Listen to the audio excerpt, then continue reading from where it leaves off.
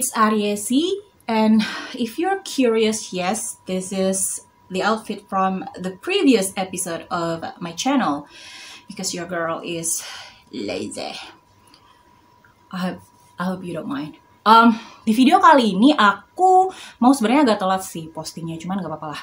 Aku mau membahas buku-buku apa aja yang udah aku baca di bulan Oktober.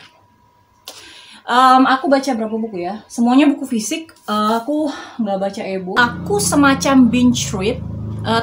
Nggak binge read yang berturut-turut banget.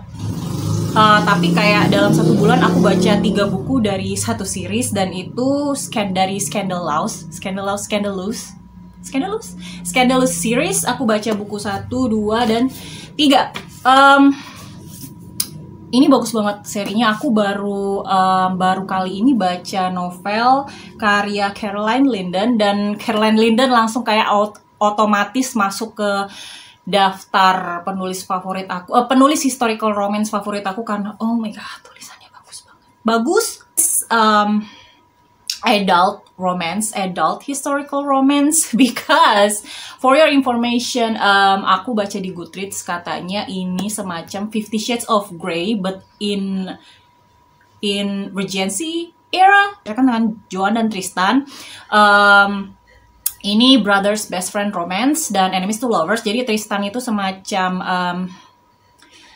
teman masa kecil dari kakaknya si Joan yang dulu suka main bukan suka main sih, kayak pernah main ke rumahnya, dan mereka ketemu di sebuah di pemakaman, kemudian bertemu lagi ketika si Joan ini singgah ke hunian kakaknya untuk kayak nganterin undangan pesta gitu.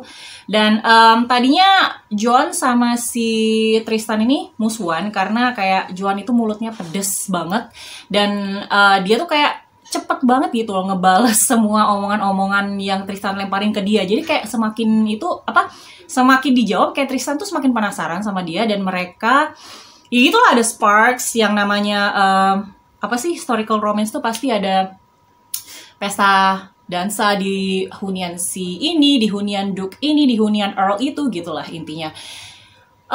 Aku suka banget cerita ini. Aku kasih 4,5 bintang. Aku kasih 5 bintang adalah buku keduanya, It Takes a Scandal.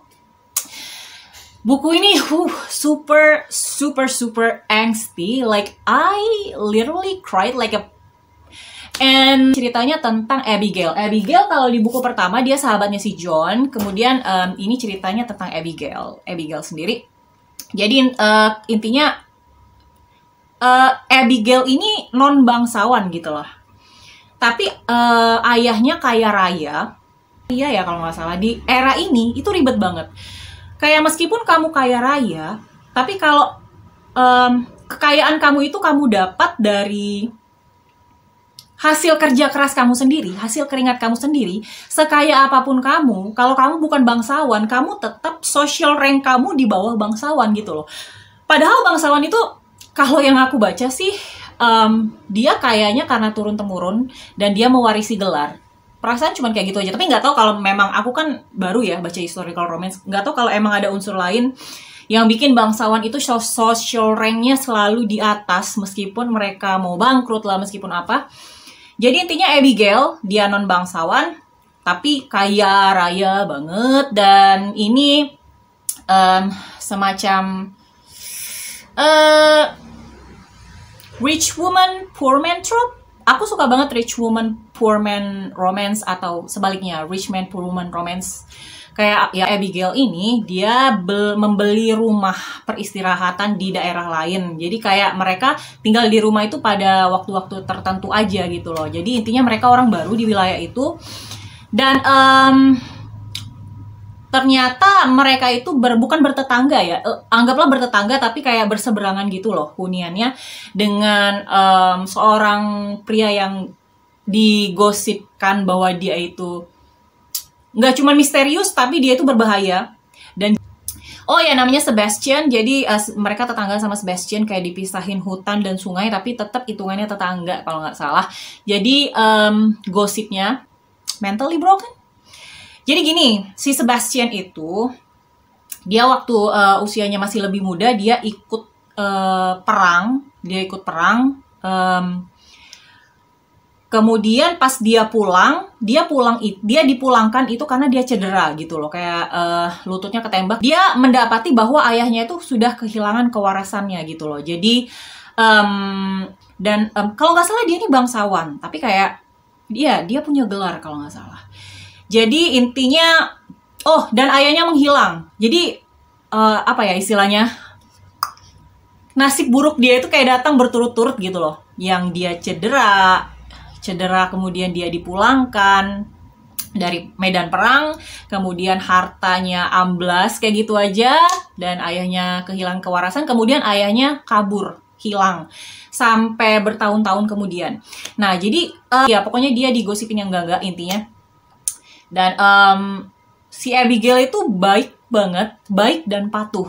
Itu yang sebenarnya kualitas yang aku kurang suka dari karakter utama wanita, karena Abigail di sini kayak bener-bener obedient, tapi yang aku suka adalah ada saat-saatnya dimana Abigail tahu dan bisa menentukan dia tuh maunya apa gitu loh. Jadi di sini tuh sedih banget.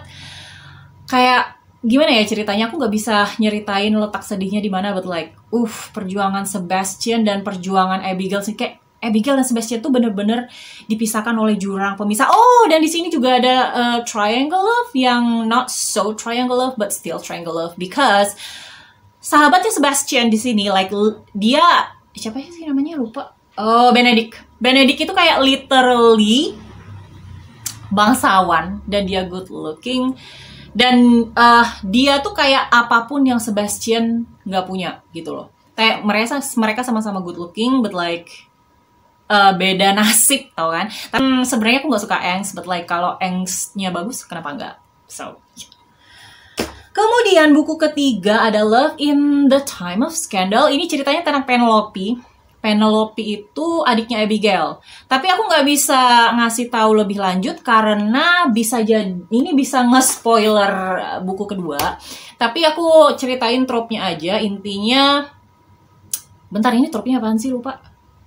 Like enemies to lovers juga sih, enemies to lovers, tapi lebih ke kehidupan pasca pernikahannya si Penelope, yang mana sebenarnya aku nggak terlalu I'm not a huge fan of post marriage life because it's kind of boring. Sorry.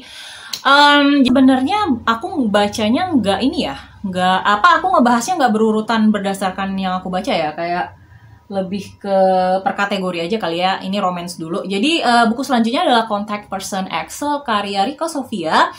Ini buku ini self-published dari penulis indie, yang mana waktu itu aku minta rekomendasi di Bookstagram.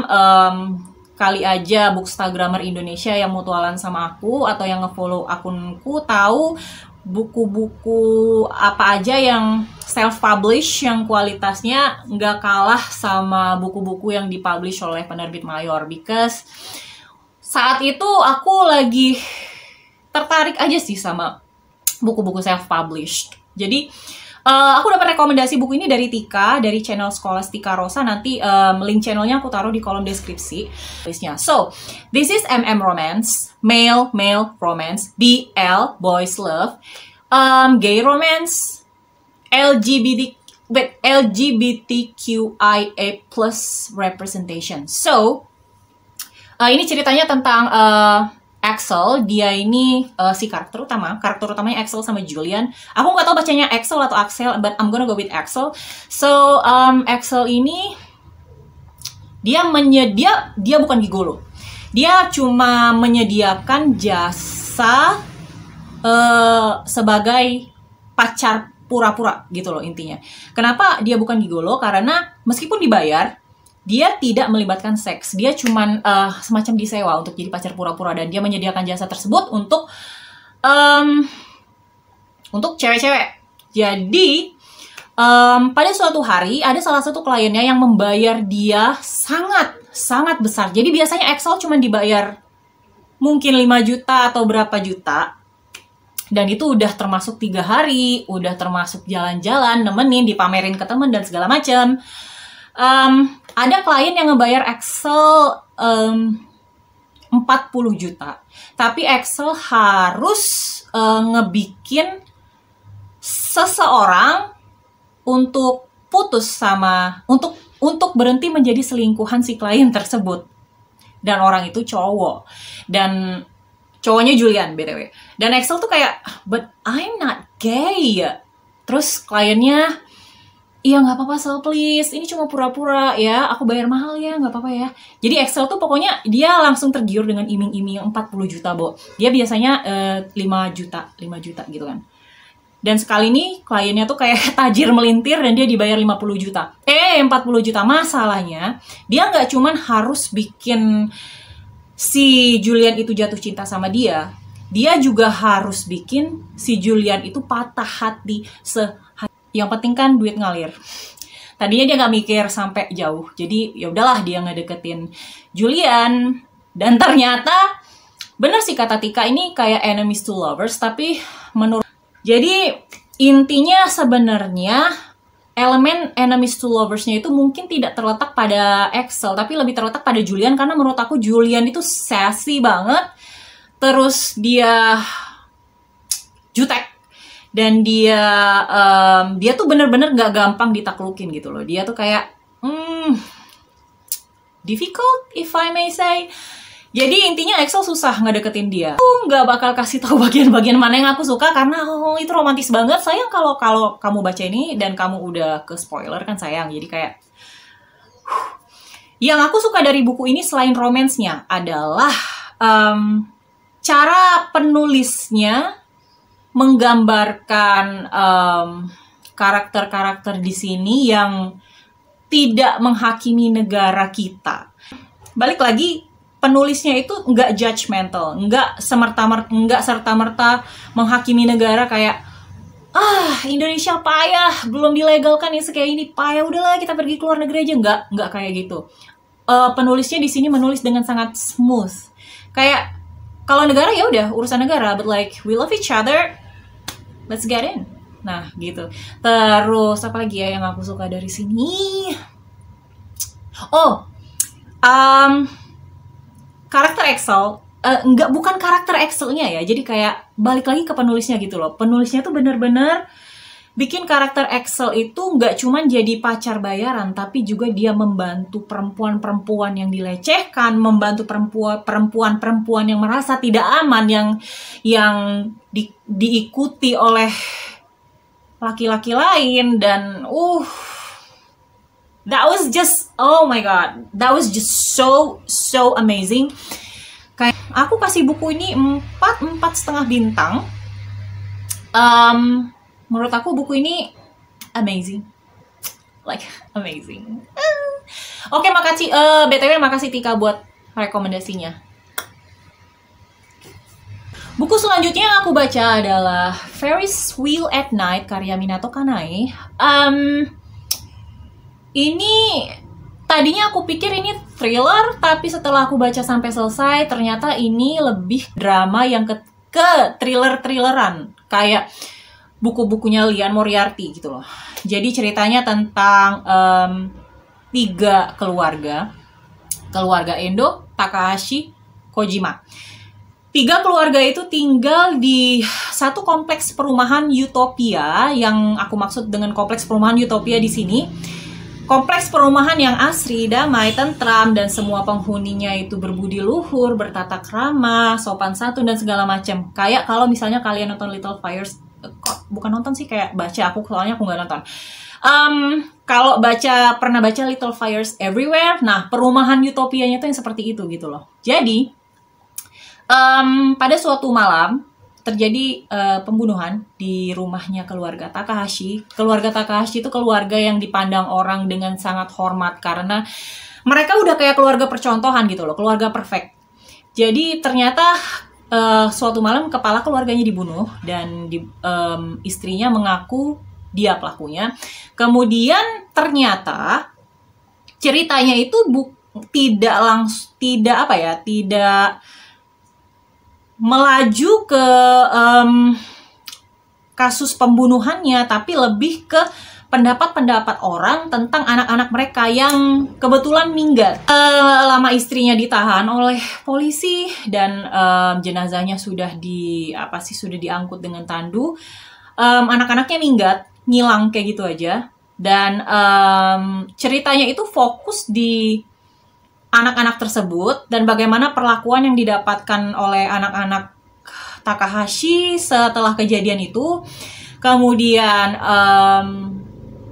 ada juga cerita yang ditulis dengan sudut pandang si Kojima. Kojima ini sebenarnya cuma sepasang lansia, tapi yang ngomong cuma satu, kayak apa ya? Dia tetap pengen, dia tuh kayak OG gitu loh. Dia tuh kayak senior di perumahan itu. Jadi sebelum orang-orang pindah ke rumah itu, dia udah pindah duluan. Dia seneng banget sama perumahan itu dan dia pengen anaknya betah di situ. Dan ternyata ada kasus pembunuhan dan dia tuh empat banget sama kasus-kasus kayak gitu. Dia nggak suka kalau ada tetangganya yang ribut. Tapi nggak sukanya tuh bukan karena ingin mendamaikan, tapi lebih ke ingin mendamaikan agar image perumahan itu tetap terjaga gitu loh. So that's Kojima. Dan keluarga satu lagi itu keluarga Endo. Keluarga Endo itu karakter utamanya dia, aku nggak bisa cerita lebih banyak tentang dia, takutnya nanti terlalu detail, nanti kalian nggak tertarik lagi baca ini. Yang menarik dari keluarga Endo itu sebenarnya anak satu-satunya, si Ayaka. Kayak Ayaka itu selalu tantrum dan selalu kurang ajar, dan dia manggil ibunya dengan kamu doang. Yang mana, wow, sangat bikin emosi sepanjang baca ceritanya. Kayak kali lagi aku pikir ini thriller dan ekspektasi aku, because this is Minato Kanai, ekspektasi aku udah terlanjur tinggi karena aku baca Confession, great. Aku baca Penance, amazing. But Ferris Wheel at Night though, I don't know. Aku kasih buku ini 3 bintang. Karena aku mengharapkan yang lebih gitu loh. Jadi kayak it just didn't meet my expectations, so I just gave it away 3 stars. I'm sorry. Tapi kalau kalian suka buku ini, congratulations, good for you. Enjoy. Selanjutnya aku baca A Version of the Truth karya B.P. Walter. Ini aku body reading sama teman aku, baca bareng sama teman aku. Kita emang udah janjian. So, ini ceritanya tentang Julian. Jadi Julian ini ibu satu anak dan keluarga mereka itu benar-benar kayak keluarga yang bagus-bagus aja lah gitu intinya. Dan suatu hari ketika dia lagi menyiapkan makan malam sebelum Natal, kalau salah, dia janjian dengan ibunya bakal datang. Pas dia lagi nyiapin makan malam, anaknya datang. Anaknya itu remaja, anaknya Julian, datang ke dia dan bilang kalau dia menemukan sesuatu di iPad mereka, iPad dia atau iPad mereka gitu loh. Dan sesuatu itu terkait dengan kepala keluarganya, terkait dengan suaminya Julian sekaligus ayahnya si, oh my god, siapa nama anaknya? Ayahnya si anaknya itu. Dan apa yang ada di iPad itu benar-benar mengejutkan. Jadi di sini dibagi menjadi 2 istilahnya apa ya? 2 era lah ya. Era 2019, era lagi tahun 2019 sama tahun 90, back when they are still in college. Ya, jadi kayak ada latar belakangnya juga, dan di sini karakter utamanya ada 2 cewek semua. Persamaan antara kedua perempuan itu, Julian dan Holly. Ini juga ceritanya Julian pas zaman dia masih college gitu. Julian dan Holly itu mencintai orang yang sama. Tapi yang dapat orang itu, James kalau nggak salah namanya, yang dapat si James itu Julian. So yang berkeluarga dengan James itu Julian. But like, sesuatu tentang James itu ada di iPad-nya dan dilihat oleh anaknya sendiri. So, konflik dimulai dari situ. Buku selanjutnya ada White Bodies. Kalau aku kayak gini nggak ya? Kayak mantul gitu nggak sih? Oke, buku selanjutnya White Bodies. Aku bener-bener enjoy sama buku ini. Seenggaknya sampai ketika aku menemukan bahwa endingnya gitu doang. Bukan gitu doang, tapi endingnya gitu. Semacam kayak anti klimaks. Oke, White Bodies ini bercerita tentang 2 saudari kembar. Oh my god, I forgot the name. Tilda dan bentar. Oke, Tilda dan Kelly. So Tilda ini tipikal cewek populer. Jadi kayak meskipun mereka kembar, mereka beda banget. Tilda ini tipikal cewek populer, aktris, dan pokoknya bener-bener selalu terdepan. Dan Kelly, dia wallflower, dia lebih suka baca buku, lebih suka baca cerita-cerita thriller. Dan ketika mereka dewasa, Tilda itu sering ngajak Kelly sekalian ketemuan sama pacarnya, yang kemudian menjadi suaminya, namanya Felix. Oke. Jadi setelah beberapa kali pertemuan dengan Tilda dan Felix, si Kelly ini ngerasa kalau Felix itu punya gelagat aneh gitu loh. Dan semakin bergantinya chapter, si Kelly menyimpulkan kalau Felix ini melakukan kekerasan rumah tangga terhadap Tilda. Karena di badan Tilda tuh kayak ada bekas-bekas memar, dan pokoknya intinya Kelly tahu. Jadi ada waktu-waktu di mana Tilda ngasih tahu Kelly, tapi aku nggak akan kasih tahu kapan. Karena apa ya, Tilda itu meskipun si Kelly itu udah, oh kamu dipukulin, kamu di itu, Tilda tetap ngebelain Felix, dan dia malah menyudutkan Kelly, dan dia nggak terima kalau Kelly melakukan hal itu dan segala macam. Di sini ternyata ada plot twistnya ya. Yang namanya thriller kalau nggak ada plot twist tuh kayak ada yang kurang aja sih gitu. Plot twistnya cukup bagus, cukup memuaskan. Cerita ini sangat-sangat mudah untuk dinikmati buat aku pribadi, karena ya emang sebagus itu gitu loh. Tapi ketika sampai ke ending, I was like, kenapa endingnya kayak gini? Ini kayak anti klimaks, kayak sebentar, kalau dibilang anti klimaks, iya sih anti klimaks kalau menurut aku endingnya. Endingnya tuh bener-bener, aku nggak ngerti kenapa Kelly memilih, Aku paham kenapa Kelly memilih jalan tersebut sebagai closure, tapi aku benar-benar nggak puas. Jadi tadinya aku udah rencana ngasih buku ini 4 atau 5 bintang, terus turun jadi 3,5 bintang, because I just cannot pretend that the ending never existed. So sayang banget. Yang aku baca adalah Cross Her Heart karya Sarah Pinborough. Oh my god, this is kayak berbayang ya. Sorry ya kalau kayak terlalu glossy. Jadi buku ini bagus banget. Aku kasih buku ini 5 bintang. Ini thriller, tapi bukan ke domestik ya. Jadi ini ceritanya bukan domestik, nggak domestik banget sih soalnya. Ini ceritanya tentang Lisa. Lisa itu dia kehidupannya itu menyenangkan. Dia orang tua tunggal dengan 1 anak namanya Eva, anak remaja. So, dia kehidupannya menyenangkan, dia punya pekerjaan yang bagus, dia berhasil meyakinkan klien, kemudian apalagi sih, kayak dia punya sahabat yang care sama dia. Tapi ternyata dia menyimpan masa lalu, menyimpan sesuatu yang benar-benar dark, sangat-sangat dark. Jadi dia menyimpan semuanya itu, dan dia benar-benar protektif sama anaknya satu-satunya, si Eva. Meanwhile, si Eva, karena dia udah remaja dan dia merasa, oh, I need my personal space. Please, mom, go away. That kind of thing, you know what I'm saying. Jadi si Eva ini kayak kenalan dengan seorang pria misterius di Facebook, if I'm not mistaken.